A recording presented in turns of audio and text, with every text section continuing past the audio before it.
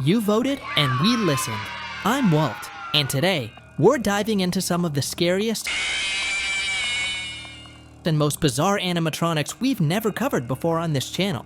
From grotesque sights to strange, twisted creations, this list has it all. But with one rule, no animatronics from movies or series. That's for another video. We're starting with one of the most grotesque, so consider this your warning. Fat Guy. I owe you all an apology.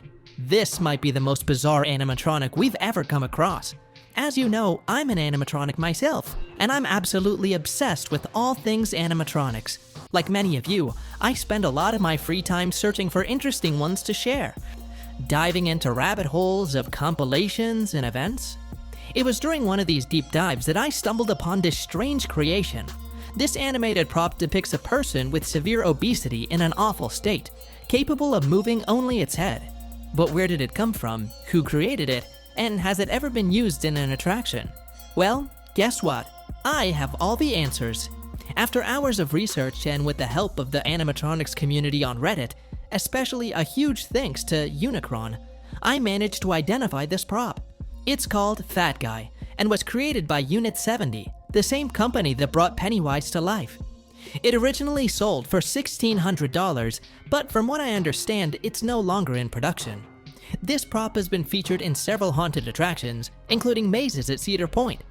For the longest time, its origins were a mystery, but thanks to our obsession, you now know where it comes from. Southern Gospel Music Animatronic Quartet. Let's head over to Dollywood to check out one of the creepiest music ensembles of all time. For many people, these animatronics are the reason why they suffer from autonomonophobia, the fear of animatronics. I'm talking about the animatronics from the Southern Gospel Music Hall of Fame and Museum. This now defunct exhibit/museum opened on April 17, 1999, and showcased the history of Southern Gospel music. One of its main attractions was the world's first Southern Gospel singing animatronic quartet, positioned right at the entrance to create a unique interactive experience for visitors. The exhibit was designed by 1220 Exhibits, experts in these types of historical displays. When you walked into the exhibit, you'd find 5 animatronics that came straight out of our nightmares. Maybe that's why they had a stained glass window with a cross, to keep them contained like Annabelle. But jokes aside, the display featured 5 animatronics, the quartet, and a master of ceremonies. We're not exactly sure what makes these animatronics so terrifying, but in our opinion, this is the definition of the uncanny valley. And let's be honest, the way they move is beyond unsettling. No disrespect to anyone, but seeing these figures sing like that makes it even more disturbing, especially with how their mouths move. We'll leave this short clip here, and you can tell us if it doesn't look like behind-the-scenes footage of one of the circles of hell.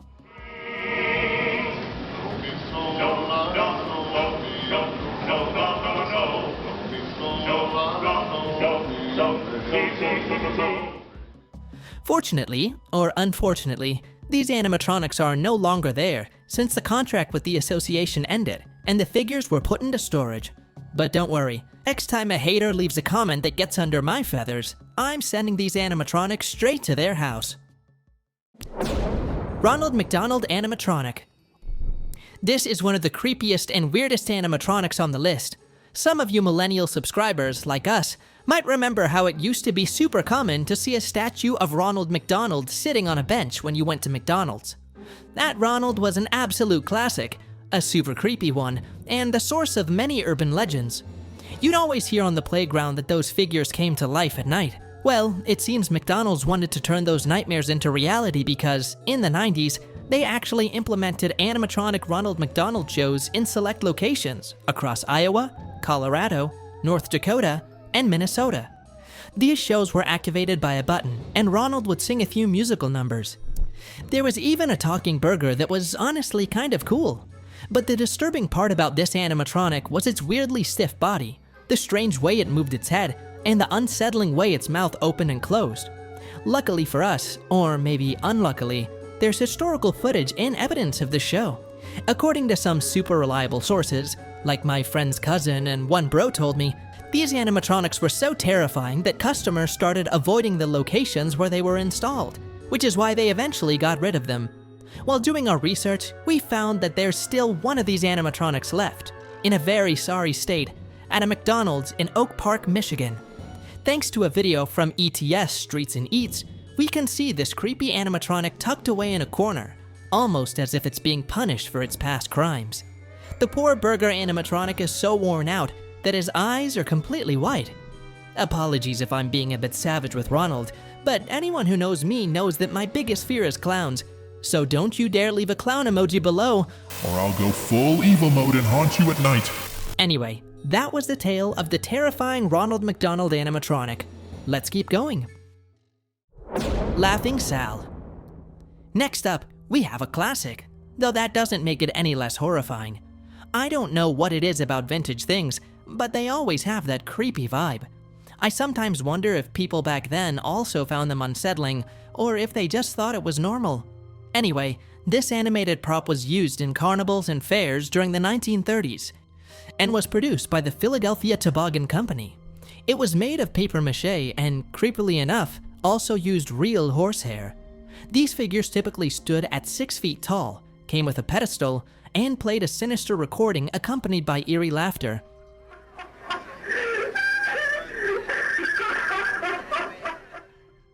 Many people mistakenly call this prop Laughing Sal, but its correct name is Laughing Sal. At the time, it cost around $360, which, adjusted for inflation, would be around $7,000 today. There are still a few models around, with one of the most well-known in Santa Cruz, and another specimen at the Musée Mécanique in San Francisco. As much as we love animatronics, this is one we wouldn't want to have, even as a gift. We can appreciate its historical value, but no thanks. It feels like having it would come along with a curse, like the start of a horror movie. Am I wrong, or do you agree with me?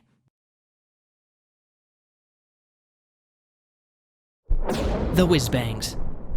Okay, don't come after us. We're not the ones who said the Whizbangs are creepy. That was all you. Just so we're clear, the Whizbangs were an animatronic band that performed at Mystery Funhouse. They were actually retrofits of PTT-CEC's Cyberamics, which means they were reskinned animatronics with some tech upgrades. It wasn't just about updating their look, it was also about enhancing their movements and functionality, making them perform better while keeping that classic charm. Originally, their home was a Chuck E. Cheese location in Orlando, Florida, which opened in 1982, but closed down in 1984 when I declare bankruptcy! We know. We just had to use that clip, don't blame us. After the closure, the animatronics were sold to Jack Spangler, who adapted them for the Mystery Funhouse. Usual rooms, then enter his inner sanctum, if you dare. He's conjuring up loads of fun for the entire family, and for a short time, he's opening his doors for only 99 cents, with 99-cent season passes, food specials, and mini golf. Then enjoy the all-new laser game Starbase Omega. So hurry down, the wizard awaits you. They operated there through the late 80s and 90s until the Funhouse closed in 2001, leaving the animatronics abandoned. There isn't much footage of the band, except for a few scenes in the 1988 movie Parenthood. The latest information we have is from 2022, which suggests that the animatronics are currently stored in a warehouse owned by Westgate Resorts, the current property owners. Rumor has it they might be restored and used in one of their attractions. The deteriorated state and slightly eerie design are why they made it onto this list, but let's be real. Some of you probably agree they just want a hug. DJ Do, Human Fleshed Eye. Alright, this is officially the strangest animatronic on the list. There's no topping this one. While it's not the most terrifying, this incredible yet uncanny eye was created by the Japanese artist and DJ Do. He has a fascination with realistic human flesh aesthetics, and also created a wallet shaped like a human mouth. This amazing animatronic eye reacts to touch and features buttons designed as moles, with a texture that feels like real human skin. The cube itself is incredibly moldable. The well-known YouTuber Chris Ramsey even did a review of it, highlighting just how advanced the eye really is. It comes with a remote control for operating it from a distance, and the skin is made of a flexible silicone material embedded with sensors. When touched, the eye can react by closing as if it's going to sleep, an impressive level of detail. What's even more surprising is that the eye Ramsey reviewed was customized and cost a whopping $5,000. While this animatronic is an incredible piece of technology, it's undoubtedly nightmare fuel. Sabertooth Cat vs. Sloth. Let's take a bit of a breather with some animatronics that are much milder compared to the ones we've seen. We're headed to the La Brea Tar Pits Museum in Los Angeles, where you can find an exhibit showcasing saber-toothed cats and learn about these incredible extinct predators. But as you walk through, you'll stumble upon a rather unsettling diorama, a giant prehistoric sloth being gruesomely devoured by a saber-tooth. The diorama explains that these tar pits were often used as traps by predators, like the saber-toothed cat, who took advantage of animals getting stuck to enjoy a free meal. The display is unsettling due to the size of the animatronics and the sight of the poor sloth suffering. The animatronic movements really convey the sloth's struggle, making it creepy and grotesque. Luckily, saber-toothed cats are long gone because if they were around today, I'd probably be their next snack, roast duck style. Aramis, Dinosaur Ride. Speaking of animals eating other animals, we've arrived at one of the most terrifying animatronics in all of Disney parks. It's located in the ironically soon-to-be extinct Dinosaur Ride at Animal Kingdom. Now, you might think I'm talking about the infamous Carnotaurus, but you'd be wrong. There's an even more grotesque scene featuring the Aramis. In this part of the ride, from our vehicle, we witness the Aramis attacking a smaller dinosaur, specifically a Brachychampsa, a prehistoric crocodile-like creature. This scene is designed to convey the chaotic and brutal nature of life in the moments leading up to the extinction of the dinosaurs. The movements of the animatronic, combined with the lighting and the horrific sound it makes while devouring the poor reptile, create a truly grotesque experience. Just listen to that sound and tell us it isn't unsettling.